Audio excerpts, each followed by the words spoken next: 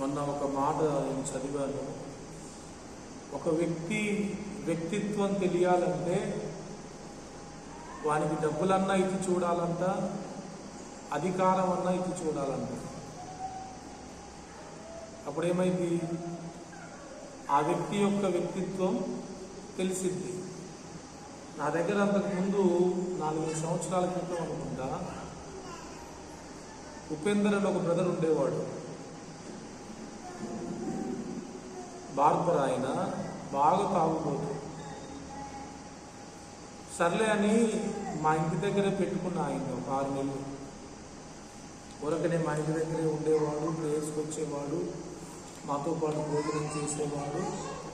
మా దగ్గర 6 నెలలు ఉన్నాడు. తాగలేదు, అస్సలు తాగలేదు. చాలా మంచిగా ఉన్నాడు. బాగున్నాడు కదా అని నేనేం చేశానంటే, నేను కొనుక్కున్న క్యాషియో ఇచ్చి అతన్ని ఏలూరు సత్యనివాసన్న దగ్గరికి కీబోర్డ్ నేర్చుకోవడానికి పంపించాను. ఒక వారం రోజులు అక్కడ ఉన్నాడు, బాగానే నేర్చుకున్నాడు. చెప్పినవి మరలా ప్రాక్టీస్ చేసుకొని తర్వాత రావాలని ఆయన చెప్తే బయలుదేరాడు అక్కడి నుంచి. నేను పంపించానని అన్నేమో చాలా జాగ్రత్తగా చూసుకొని, నేను ఇచ్చిన డబ్బులు ఆయన దగ్గర ఉన్నాయి, ఇంకా ఆయన ఇచ్చాడు కొంత.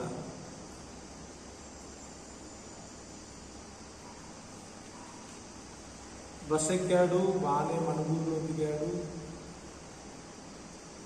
మణుగూరులో దిగిన వెంటనే జేబులో డబ్బులు ఉన్నాయి కదా, బార్ షాప్కి వెళ్ళిపోయాడు.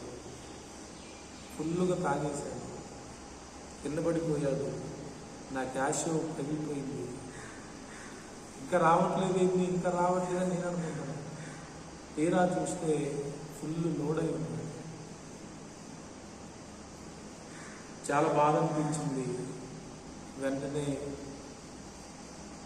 తిరిగి మళ్ళీ ఆయన వాళ్ళ ఇంటికి పంపించడం జరిగింది. ఇప్పుడు ఇంకా తాగుబోతు అయిపోయాడు. ఎందుకు ఈ విషయం చెప్పాను మీకు అంటే, ఒక మనిషి వ్యక్తిత్వం తెలియాలంటే ఆ వ్యక్తికి డబ్బులన్నా ఇచ్చి చూడాలి, అధికారం అన్నా ఇచ్చి చూడాలి.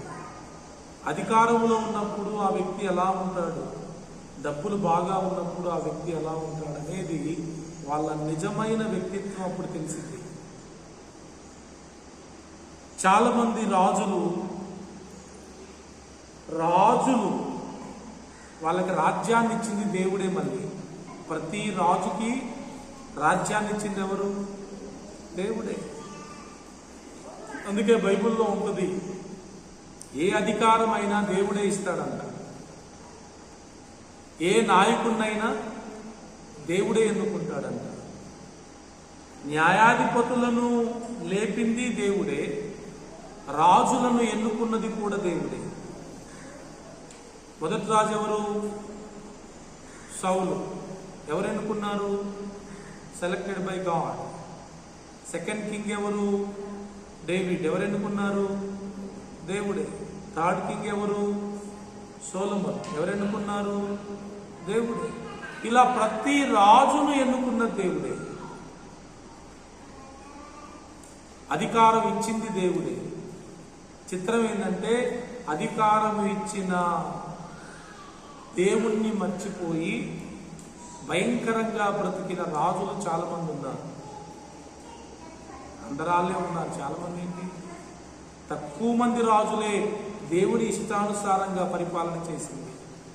ఎక్కువ మంది రాజులు దేవునికి వ్యతిరేకంగానే ప్రవర్తించారు. రాజ్యం ఇచ్చింది ఎవరు? దేవుడు వచ్చి మాట్లాడతాడు కూడా, అయ్యా నీకు నీ స్థితి బాలేనప్పుడు నిన్ను ఎన్నుకున్నది నేను, నీకు యోగ్యత లేకపోయినా నీకు రాజ్యాన్ని ఇచ్చింది నేను, అంత నీకు మేలు చేస్తే నీ ప్రవర్తన ఎందుకు ఇలా చెడ్డగా ఉంది అన్నా కూడా చాలా మంది రాజులు దేవుని మాట వినలేదు.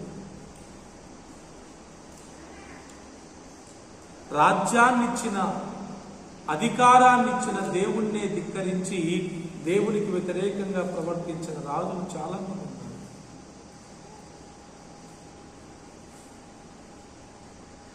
ఎందుకో తెలియదు, చాలా బాధాకరమైన విషయం ఏంటంటే ఒక మనిషిని ఎదిరిస్తున్నారు, మనిషి మరొక మనిషిని ఎదిరిస్తున్నాడు. ఓకే, అధికారులను ఎదిరిస్తున్నారు, రాజులను ఎదిరిస్తున్నారు, మంచిదే. కానీ దేవుణ్ణి ఎదిరించడం, దేవుని మీద తిరగబడడం, దేవునికి వ్యతిరేకంగా ప్రవర్తించడం అనేది చాలా బాధాకరమైన విషయం. ఇంకోటి ఏంటంటే, తెలియని వారు అలా చేస్తున్నారంటే ఓకే, మనం దాన్ని సమర్థించవచ్చు. దేవుణ్ణి తెలియని వారు దేవునికి వ్యతిరేకంగా ప్రవర్తిస్తున్నారంటే సమర్థించవచ్చు. దేవుణ్ణి ఎరిగిన వారు కూడా దేవుని మీద తిరగబడడం, దేవునికి వ్యతిరేకంగా ప్రవర్తించడం అనేది చాలా చాలా ఇబ్బందిని కలిగించే పరిస్థితి.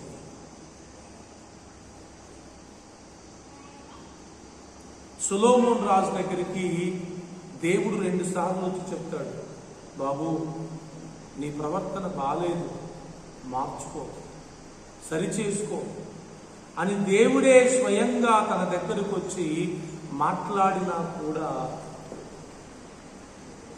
సొలొమోను రాజు దేవుని మాటను లెక్క చేయలేదు. అలా ఉంటుందా అండి? ఉంటుందా? మీకేమనిపించింది? దేవుడు మీ దగ్గరికి వచ్చి మాట్లాడితే నేను ఖచ్చితంగా వింటానయ్యా అంటారా మీరు? దేవుడు మీ దగ్గరికి వచ్చి మాట్లాడుతూ వింటారా? వింటారా? వింటారా? వినరా? వింటారా? ఉట్టిదే వినరు. కొంతమంది అందరుగా దేవుడు చెప్పిన అందరు అదే బ్యాచ్. దేవుడు చెప్పినా వినకపోవడం అనేది, ఒక వ్యక్తి దేవుడు చెప్పినా కూడా వినట్లేదు అంటే ఈజ్ ఇన్ డేంజరస్ సిచ్యువేషన్ అని అర్థం. అతడు చాలా ప్రమాదములో ఉన్నాడని అర్థం, ఆమె చాలా ప్రమాదములో ఉంది అని అర్థం.